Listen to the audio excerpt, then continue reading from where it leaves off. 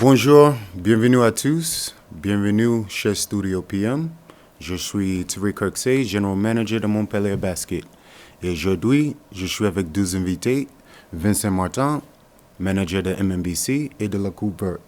Et à ma gauche, on a Jean-Marc de Red and White.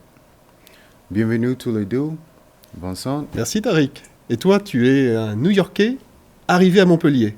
Il y a finalement assez peu de temps, 2 ans à peu près. Comment ça s'est passé ?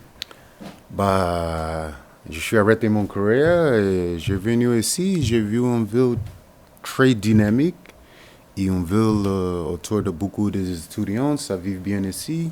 Et j'ai demandé pourquoi il n'y a pas une équipe de haut niveau de basket masculin. Je suis allé à la Monson. Je parlais avec le président et les dirigeants là-bas et je les expliqué mon plan pour faire quelque chose de bien ici, d'essayer de monter le niveau petit à petit et ramener mon côté américain ici, de ramener le show, le flow. Elle n'a pas trop d'intérêt, non. Parce que c'est vrai que le plan général, c'était intéressant. 2 points, Chali Salou. Tout le monde frappe dans les mains, on y va. Tcha, tcha, tcha.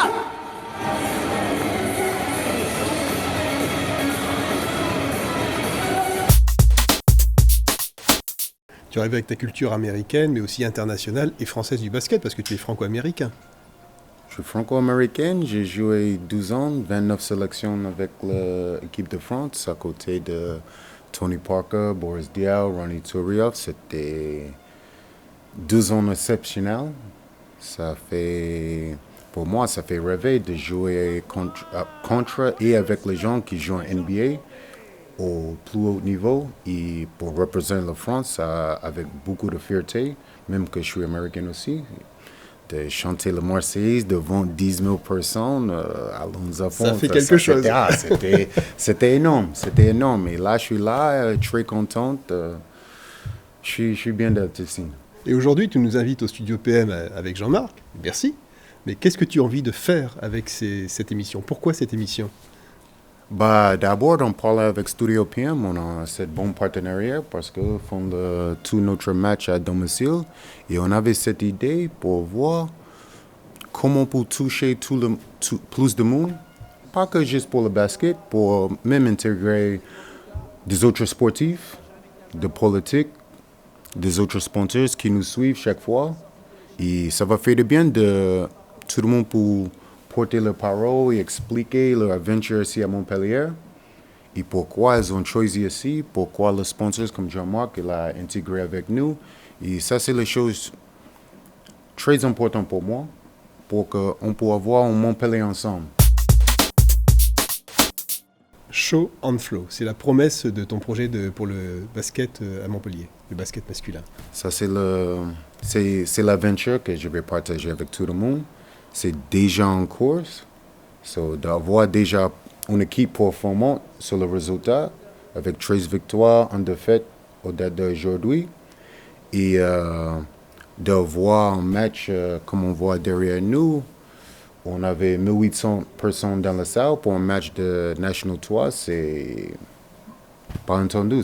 Je ne sais pas si ça a jamais passé, mais quand on joue extérieur, tu as les équipes qui jouent autour de 30 personnes, 50 personnes, 100 personnes si c'est un grand match. Et ça me fait plaisir et ça fait aussi qu'il y a de potentiel ici, dans le Monson, à Montpellier, dans l'Occitanie, qu'on peut vivre quelque chose ensemble et passer le cap.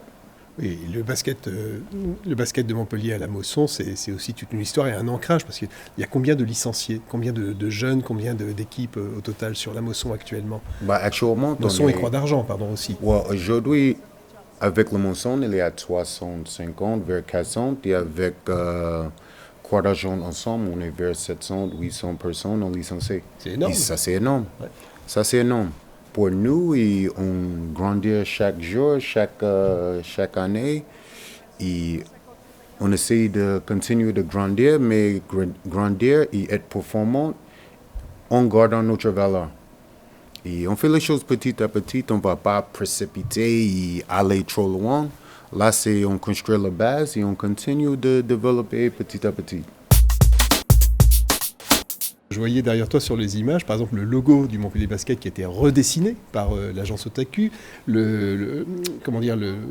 l'autocollant qu'il y a sur le parquet qui a été fait par Covering Care avec Sylvain Maillard. Enfin, Oui. tu as plein de coups de main qui s'agrègent autour de toi. Et dans les coups de main de départ, il y a Jean-Marc qui tout de suite, en fait, tu as dit ça me plaît, en fait, cette aventure. Deux mots d'abord sur Red and White que tu as fondé et que tu pilotes.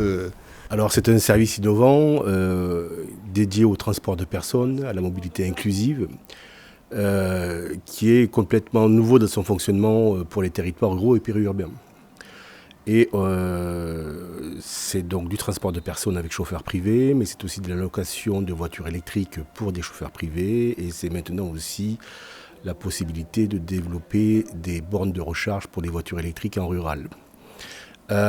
Donc tout ça est très nouveau. On est au début d'une grande aventure de la transition écologique. Et comme le basket, c'est le début d'une belle aventure. Et il y avait des accointances. Mais la transition écologique, c'est pas que de la réduction carbone. Et il y a aussi des valeurs sociales et humaines qui sont fondamentales. Et ce sont lesquelles qui te guident ? Il y a la notion de il faut savoir donner pour recevoir. C'est cette notion d'inclusivité où il faut tirer les gens vers le haut, il faut leur apporter du service. Et puis il y a aussi un modèle social qu'on a au sein de notre société qui est ancré sur le salariat et non pas l'auto-entrepreneuriat de masse, duquel on est très éloigné. Il faut que l'entreprise s'implique avec ses salariés et je suis convaincu que c'est ainsi qu'on peut arriver à défendre une belle qualité de service. Et dans les valeurs sociales que m'a expliqué Tariq lorsque je l'ai rencontré, cette vision de tirer les jeunes vers le haut grâce au sport, à la moisson, à la paillade, mais pas que, la volonté de progresser au niveau sportif, le côté show, le côté familial, le côté engouement populaire, familial, encore une fois, pour la ville de Montpellier. J'ai trouvé ça vraiment extra. Et j'ai dit let's go, on y va. Et puis ça a été aussi le début, je crois, d'une belle amitié. Donc effectivement, pour moi le sponsoring, c'est bien sûr donner un peu d'argent, mais c'est aussi s'impliquer, s'engager. Ça fait plaisir de voir les sponsors qui viennent et qui s'intègrent avec l'équipe, qui voient les choses d'extérieur pour voir le travail qu'on fait à domicile aussi. Parce que les gens ne voient que qu'est-ce qu'on fait à domicile. Mais voir extérieur, qu'est-ce qu'on fait, comment font les autres équipes à extérieur, pour voir vraiment la différence. Et c'est pour ça, pour confirmer qu'il y a nuit et jour de les choses qu'on fait, qu'est-ce qu'on voit à extérieur. Et ça fait un plaisir de partager un match extérieur avec un des sponsors. Et puis je crois aussi que même pour les joueurs, de savoir que le sponsor n'est pas forcément là que pour donner des sous. Oui. Mais aussi pour savoir qu'on est là aussi pour supporter et on est avant tout supporter et après sponsor. Et ça c'est génial d'avoir les gens comme ça. Oui, et présent dès le départ, en espérant effectivement que l'aventure se développe, qu'elle continue, et tout est là, tous les ingrédients sont là pour que ça fonctionne effectivement, mais il y a une sorte de confiance en disant c'est ensemble que le projet réussira. Oui. On sera ravis, Tariq, d'amener les supporters à l'extérieur avec des voitures électriques l'année prochaine. Voilà. Génial, si. On avance déjà, même avec le Mercy Studio PM pour avoir cette opportunité. On grandit déjà sur cette émission. Si j'étais aujourd'hui dirigeant d'une entreprise qui ne connaît pas le basket, je ne connaissais pas le basket avant que tu rencontres, Tariq, souviens-toi. Pas bien en tout cas. Je ne connais pas trop le basket. J'ai jamais assisté à un match quelque part. J'entends vaguement parler du basket à Montpellier. Qu'est-ce que tu me dirais pour en fait m'inviter à rejoindre cette aventure-là ? Même en parlant de basket, c'est juste pour partager tu connais, une soirée. Ça, c'est le bon mot ici en Montpellier, soirée, non? Tout le monde ici aime bien une bonne soirée, des entertainments, quelque chose de fun. Et tu sais qu'on t'as une bonne ambiance, tu as une bonne atmosphère autour de toi, tu vas apprécier, tu vas passer un bon temps. Et c'est ça qu'est-ce que je peux dire à les gens qui ne connaissent pas le basket, qui n'ont pas vu un match de basket. C'est juste venir et partager un bon moment, partager fun avec nous. On a les gens qui viennent, tu peux croiser une célébrité, tu peux croiser un gens des États-Unis, il y a beaucoup de choses. Il y a des choses familières, tu as des étudiants qui viennent, qui profitent. On avait Kevin Meyer qui est venu, il a fait l'entrejeu un jour. Et après ça, il devient un de notre fans fidèles. Il est venu 3 matchs déjà. On a eu le premier match, on avait un joueur NBA qui est venu. On avait un chanteur des États-Unis qui est venu de New York. On avait des Olympiens qui sont venus. On a des joueurs de rugby qui sont venus. On a tout type de gens qui viennent. Et tu peux passer un moment génial autour de basket. Applaudissements à Castelnau Basket. Applaudissements à Montpellier Basket Mosson. Magnifique spectacle.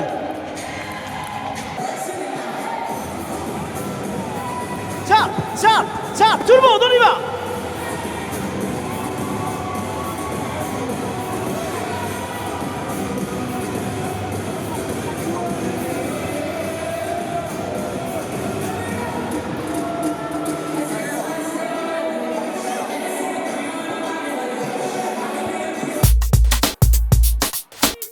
Et j'ai le sentiment qu'avec cette émission que tu inaugures aujourd'hui au Studio PM, tu as envie un peu de faire la même chose en fait, de partager, de rassembler, de ne pas parler que de basket, de rassembler.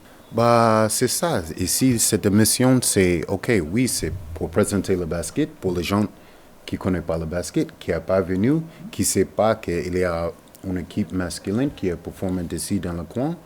Mais c'est aussi pour intégrer les gens des autres clubs, des autres sportifs, pour mettre la lumière à les gens qui font de bonnes choses ici.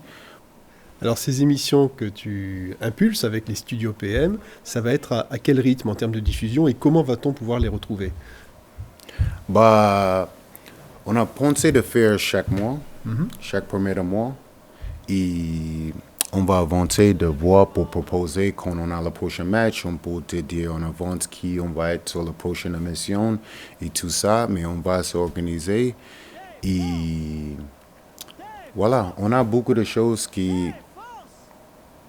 on a préparé, mais on a des choses qu'on veut garder comme surprise pour que tu vois, pour être prêt pour regarder la prochaine émission.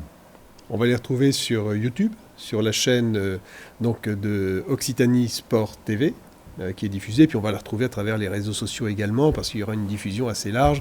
Tu es bien présent sur LinkedIn, sur Facebook, sur d'autres. En fait, il s'agit de faire vivre, de faire vibrer finalement ce côté multisport à Montpellier. Oui, et c'est pas que juste multisport. C'est multisport, multi-entreprise, multi-quartier.